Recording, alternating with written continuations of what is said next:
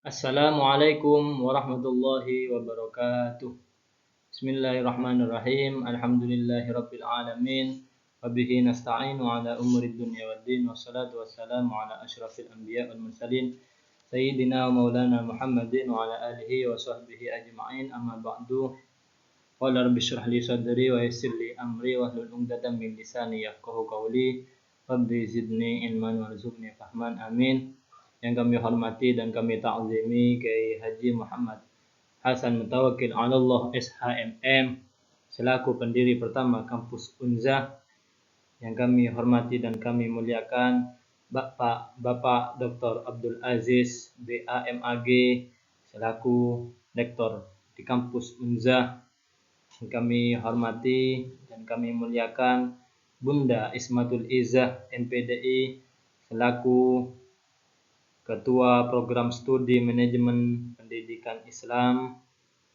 Yang kami hormati dan kami muliakan Bapak Nanang Kosim MPDI selaku pembimbing 1.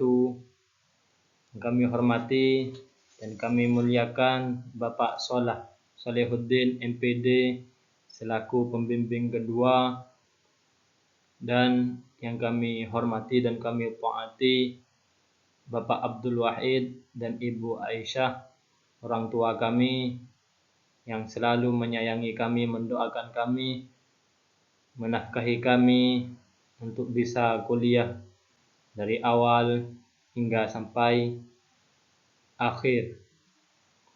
Dan semua rekan-rekan, teman-teman kami senasib seperjuangan. Langsung saja, perkenalkan, nama kami Muhammad Mahbub Fillah dari program studi Manajemen Pendidikan Islam yang akan membahas tentang seminar proposal yang berjudul Peran Kepemimpinan Kepala Sekolah dalam Meningkatkan Kinerja Guru di SD Al-Barokah, Mojokerto, Gading.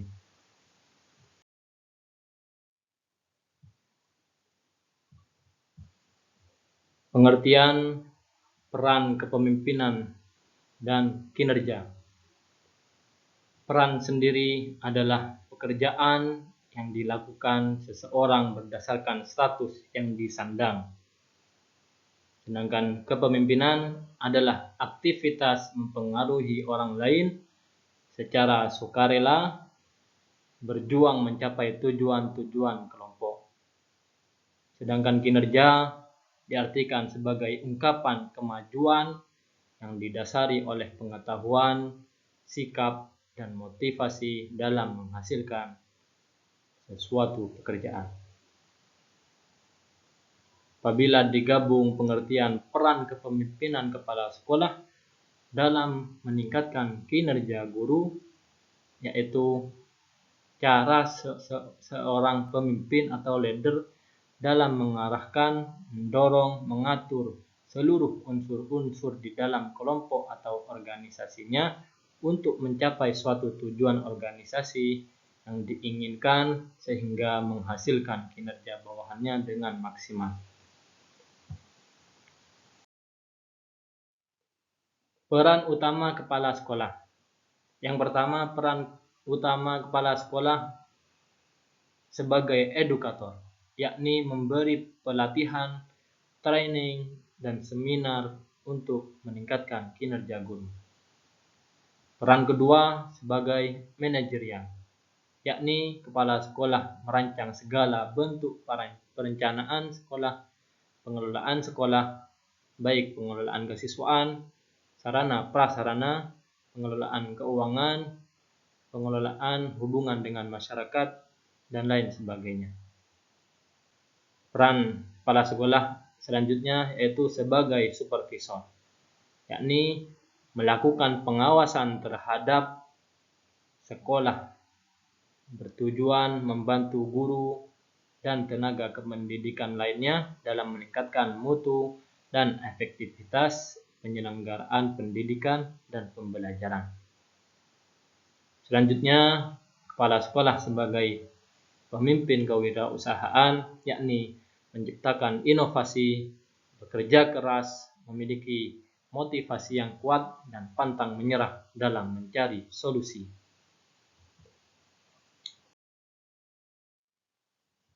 Terdapat 3 dalam kepemimpinan kepala sekolah, yakni gaya, syarat, serta fungsi. Yang pertama, gaya dalam memimpinnya kepala sekolah itu ada 4 macam gaya. Yang pertama, gaya otoriter. Gaya otoriter itu yaitu suatu gaya yang mana semua instruksi harus dipatuhi oleh bawahannya, di mana suatu instruksinya itu harus dipatuhi oleh bawahannya.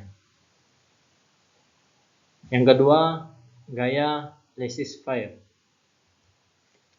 Gaya yang kedua ini adalah kebalikan dari otoriter, yakni semua itu diserahkan kepada bawahannya dalam melaksanakan suatu kegiatan organisasi, yakni bawahannya itu berbuat sekehendak maunya. Jadi apabila suatu organisasi itu maju, itu karena bawahannya menginginkan maju.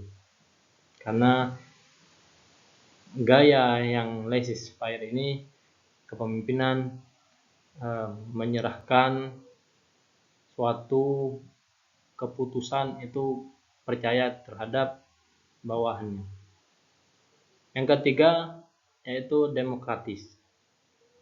Demokratis ini tengah-tengah antara otoriter dan laissez-faire, yakni di mana antara pemimpin dan bawahan saling bekerja sama dalam membuat keputusan, yakni dengan cara bermusyawarah. Gaya yang keempat, manipulasi demokratis.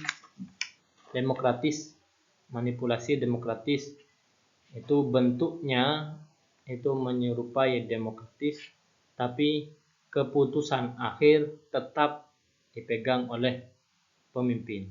Jadi apapun hasil dari musyawarah, tetap keputusan ada di tangan seorang pemimpin. Terus kepemimpinan, syarat-syarat dalam kepemimpinan.